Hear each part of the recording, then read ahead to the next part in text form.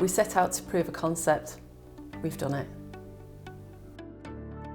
We have 1,400 people that enter the factory floor for training at certain times of the year.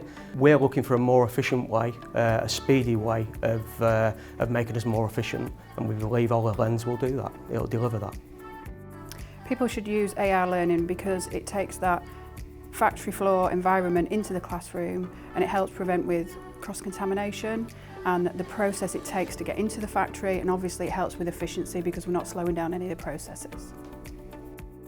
We currently have 3 main learning styles, which are kinesthetic, audio and visual, and the Hololens offers all these 3 all in one. Augmented reality gives us opportunities for lots of different kinds of training, the kind of training that we wouldn't have attempted to do before.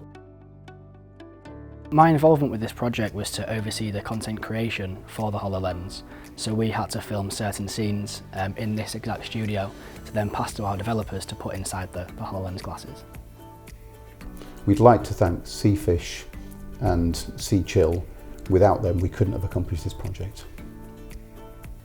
Grimsby Institute strive for excellence and innovation in all that we do.